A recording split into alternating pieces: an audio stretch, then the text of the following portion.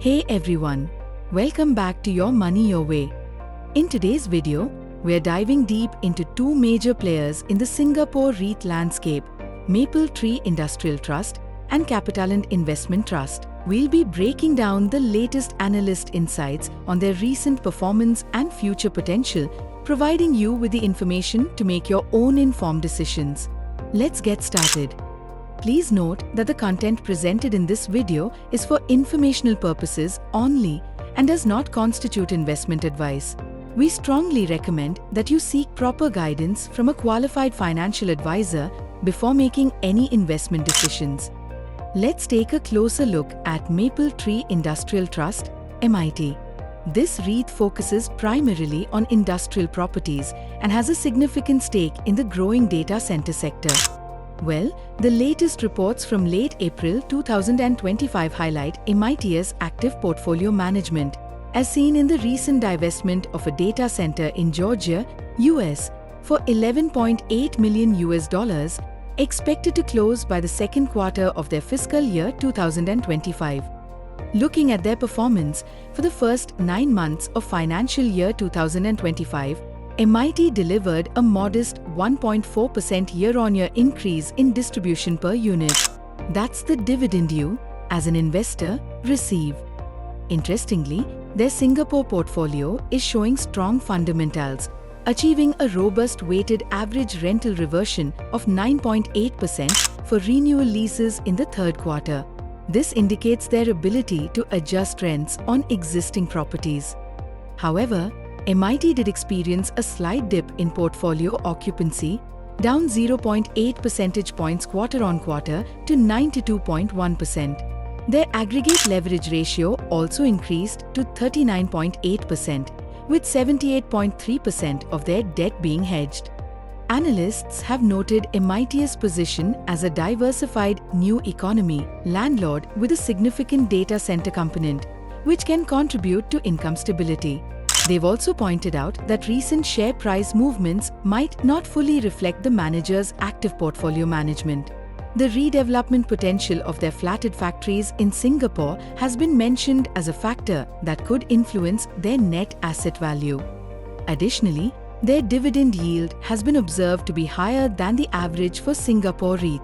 Points of discussion include their occupancy rate being slightly lower and their gearing ratio being a bit higher compared to the sector average. Now, let's shift our focus to CapitaLand Investment Trust, or CLI. This is a much larger and more diversified REIT with exposure across various asset classes and geographies. The full-year results for financial year 2024 showed a significant increase in profit after tax and minority interests. This was largely attributed to lower revaluation losses, with the underlying performance being in line with expectations when excluding these factors. A key development for CLI was the strong performance of their fee income-related business, which saw a healthy increase in revenue, offsetting a slight dip in their real estate investment business revenue. For investors, CLI declared a final DPS of 12 cents and a special dividend in specie of units in CapitaLand Integrated Commercial Trust, CICT. They've also revised their dividend payout policy to a minimum of 50% of cash PATMI, up from the previous 30%. Looking ahead, CLI has stated their aim to reach 200 billion Singapore dollars in funds under management by 2028. Analysts have highlighted CLI as a leading real estate manager in Asia, benefiting from its fee-related earnings and FUM growth platform. Their active capital management and asset recycling strategies have been noted. Furthermore, their low debt-to-equity ratio has been mentioned as positioning them favorably for future activities. The increasing focus on fee-related earnings is seen as a notable aspect of their strategy. So, when we look at Mapletree Industrial Trust and CapitaLand Investment Trust side by side based on our analysis, here are the points to note. Portfolio diversification, CLI, demonstrates a broader diversification across geographies and asset classes compared to MIT's concentration in industrial and data center properties, primarily in Singapore and the US. Growth strategy, CLI's growth appears linked to its fee income business and expansion of its funds under management. MIT's growth seems more focused on organic avenues like rental adjustments and property redevelopment. Dividend yield. Current data suggests MIT may offer a relatively higher dividend yield compared to the broader Singapore REIT market. CLI has increased its payout ratio, which could impact future yields. Valuation. Analyst commentary indicates that MIT's price-to-book ratio is currently above its historical average. Discussions around CLI valuation suggest potential for future price movements. Risk profile.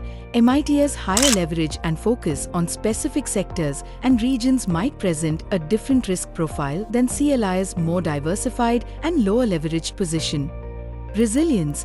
Both REITs have been identified as showing relative resilience in the current interest rate environment compared to some other Singapore REITs. Understanding these observations can help you form your own perspective on Mapletree Industrial Trust and CapitaLand Investment Trust. Consider how these factors align with your individual investment objectives and risk tolerance. Remember, the information shared today is based on publicly available analyst reports and should not be taken as financial advice.